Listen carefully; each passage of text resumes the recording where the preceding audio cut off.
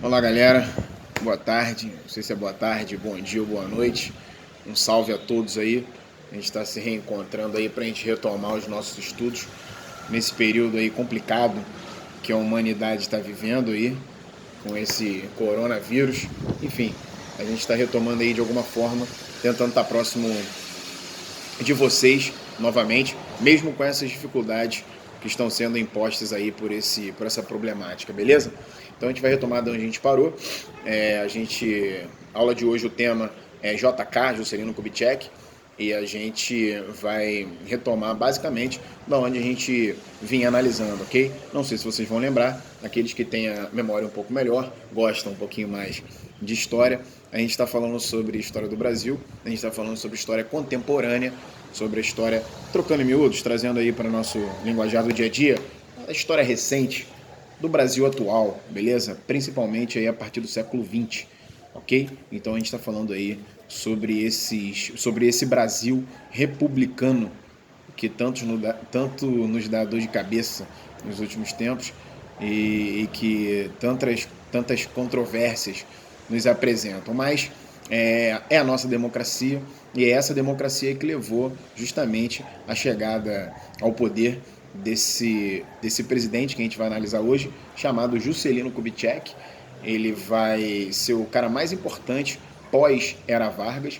Ele assume num período que os historiadores eles decidiram dar a nomenclatura de populismo, república populista, populismo no Brasil, ou até mesmo o período democrático, beleza? São essas as designações que nós temos para o período onde JK foi o presidente do Brasil. Eu vou pedir desculpa a vocês devem ter percebido aí que eu estou num ambiente externo. Já falei em outros vídeos aí que eu tenho filho pequeno, então para eu gravar dentro de casa é muito complicado. Então eu estou aqui no meu terraço e no meu terraço aqui a gente tem uma facilidade que é a tranquilidade, mas a dificuldade que é o barulho. Então vou pedir desculpa aí por barulho de carro, de moto e por aí vai, beleza? A galera aí tá trabalhando aí, ok?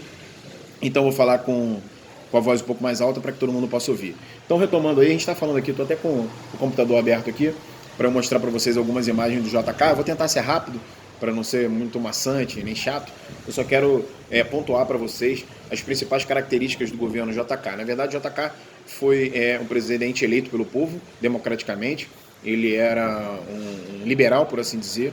Ele fez ele fez um governo bastante forte, principalmente no quesito obras de infraestrutura. Ele chega ao poder se vendendo, né, com o slogan de 50 anos em 5. Segundo ele, o Brasil estava atrasado 50 anos estruturalmente, e ele, em 5 anos de mandato, queria, claro, metaforicamente, acertar aí todo esse atraso que o Brasil possuía. Portanto, ele entrou com esses 50 anos em 5 com um plano de metas. Qual era o plano de metas? Esse plano de metas era desenvolver estradas, rodovias, portos, aeroportos e outras infraestruturas que o Brasil era tão precário naquela época, ok? Então, o JK, se vocês me perguntassem, sim, foi um dos principais presidentes que esse país já teve, ok? Hoje em dia falar de política é um troço bastante complicado, não quero aqui me envolver muito com essas condições, com essas contradições políticas, porque não é a nossa intenção aqui, mas fora as nossas opiniões políticas, o JK de fato ele foi muito importante, a maneira dele, diferente do Getúlio que nós vimos anteriormente. Qual era a maneira do Getúlio levar a economia brasileira, o desenvolvimento econômico brasileiro, o desenvolvimento industrial brasileiro? O Getúlio Vargas ele preferia partir de quê? A partir de recursos estatais, a partir do investimento forte do Estado. Já o JK não. O JK preferia atrair o capital estrangeiro e foi justamente o que ele fez, ok? Dos feitos mais importantes do JK, temos aí a construção de Brasília. Tenho aqui as imagens aqui para vocês. Vou virar um pouquinho aqui para mostrar no meu computador. Temos aí a Criador e Criatura. Para quem não sabe, a capital brasileira, até a construção de Brasília, que é a capital até hoje, era o Rio de Janeiro. Então, a construção de Brasília está aí, Brasília é o fundo, né? E temos aí o nosso querido JK à frente, ok? Vamos dar uma olhadinha aqui, passar aqui para vocês. Nós temos um pouco mais aqui para baixo, outras imagens interessantes. Não é essa imagem, não é a imagem da propaganda, é a imagem que nós temos do JK com o seu maior parceiro, que era o Oscar Niemeyer, ok? O Niemeyer, que todo mundo deve conhecer, grande arquiteto, foi o cara que idealizou Brasília juntamente com o JK, ok? Então, vimos algumas imagens aí. Eu queria pontuar para vocês por que a Constituição de Brasília. Na verdade, Brasília já era sonhada, já era idealizada na Constituição brasileira há muito tempo. Tirar a capital do Rio de Janeiro, que era no litoral, e levar a capital para o interior, basicamente por dois motivos. Que motivos são esses, professor? Basicamente pelo primeiro motivo, que é segurança.